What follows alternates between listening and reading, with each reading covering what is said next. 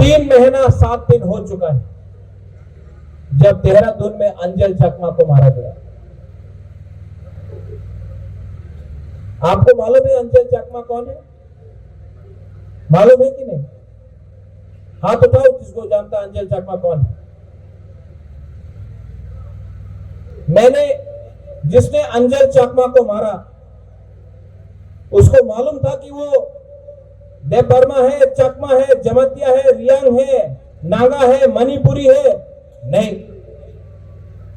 उसको बोला तुम चाइनीज, नेपाली, मोमो, वो देख के मारा गया। किसी को मालूम था कि वो बुद्ध भगवान को पूजा करता है या राम भगवान को पूजा करता है या जीसस को पूजा करता है? नहीं, उसको टारगेट किया गया क्योंकि नाक चटता था। और मैंने बाकी तिपरासा लोगों को बोला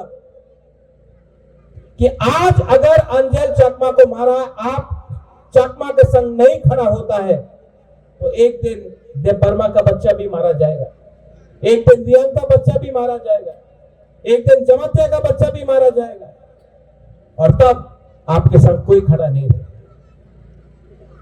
एक जोता मुनखाट मतलब होता है एक होना, नफरत में नहीं, प्यार में।